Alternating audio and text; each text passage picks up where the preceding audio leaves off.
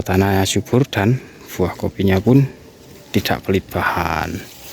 Terus untuk yang kedua seperti itu dengan cara okulasi atau stek. Terus untuk cara yang ketiga, kita simpan bahan dengan cara silang.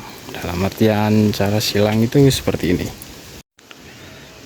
Selain buah yang lebat, terus selain pemupukan, terus selain okulasi, apa yang harus diperhatikan petani kopi ketika kita berbudidaya kopi? Ya, betul sekali, kestabilan buah. Oke. Sebelumnya, assalamualaikum warahmatullahi wabarakatuh. Kembali lagi di YouTube Kopi Balap. Konten kali ini kita akan bahas seputar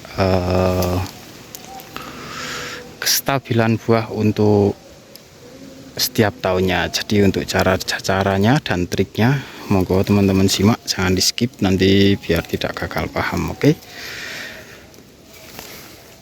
Mungkin dari banyak petani kopi, selain kita melakukan perawatan dari perawatan gulma, terus perawatan perantingan atau pruning, terus okulasi, satu lagi yang harus diperhatikan, kita harus memperhatikan cara merawat agar buahnya stabil di setiap tahunnya. Oke, ini tak kasih lihat contoh satu pohon. Ini kemarin over klon Tugu Sari. Untuk video tak buat di shot itu kemarin. Ada di shot saya yang kemarin saya upload. Ini untuk buahnya kemarin over. Jadi tahun ini cuman ada beberapa aja nih over, jadi nggak ada bahan untuk tahun yang 2026 ini. Jadi ini baru pemulihan, jadi untuk 2027. Terus cara apa aja yang harus ditanggulangi agar tidak seperti ini, monggo simak. Oke. Jadi ketika teman-teman kebunnya udah over, itu yang pertama diperhatikan dari pupuknya. Ketika buahnya lebat, itu otomatis pohon kopi kita juga dimanja untuk pupuknya. Kalau biasanya 2 kali, kasih 3 kali, karena ketika udah pohon kopi udah lebat, itu otomatis untuk bahannya biasanya itu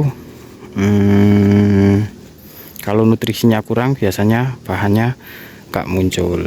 Jadi ketika buahnya udah mewah atau udah ngepol, itu udah lebat, itu caranya dengan cara pemupukan. Terus untuk antisipasi yang kedua, agar tetap stabil untuk pohon kopinya, adalah dengan cara seperti ini. Nah, seperti ini, kasih okulasi atau entres atau apa namanya kalau di tempat kalian.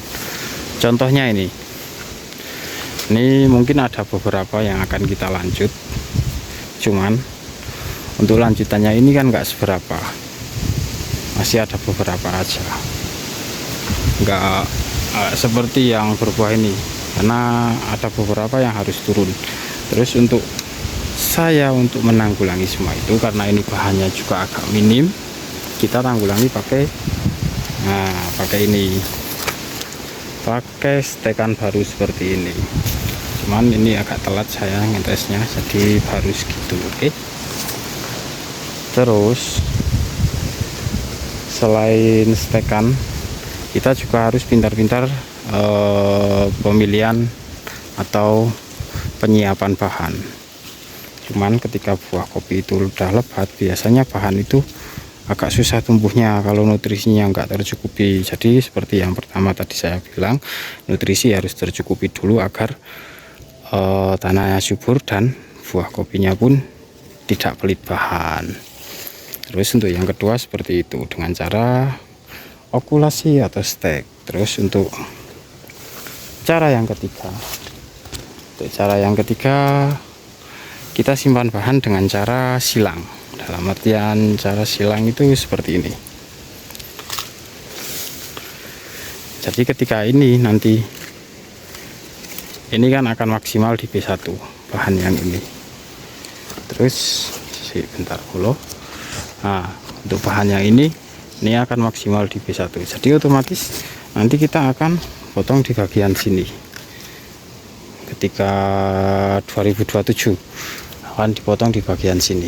Yang ini pun sama. Ini akan dipotong di 2027 karena ini akan menang di B1 nya. Terus untuk caranya simpan bahannya seperti ini. Nah, jadi selain kita simpan bahan di bulan 10, ada juga yang disimpan di bulan 2 seperti ini.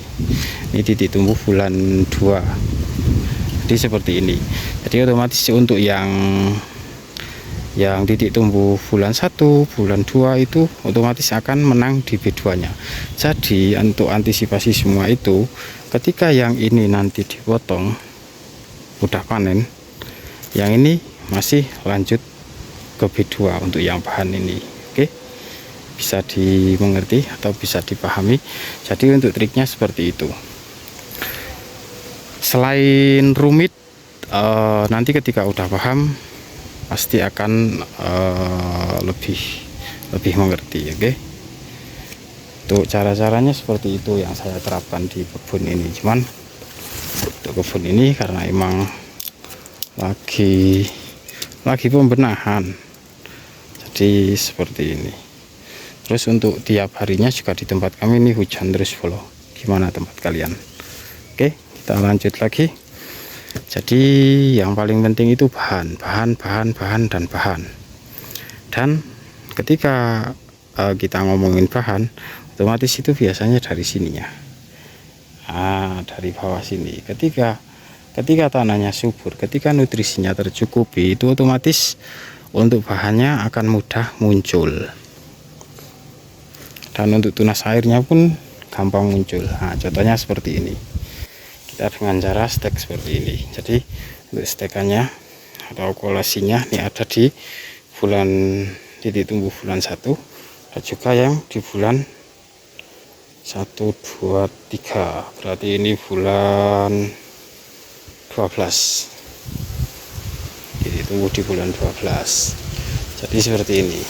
Ini kan untuk bahannya hanya beberapa yang ini. Cuman 1, 2, dan 3 tuh. Kalau kita nggak bantu pakai yang okulasi baru seperti ini bahaya. Karena yang jelas ini jelas akan turun. Karena ini udah nggak mungkin kita lanjut.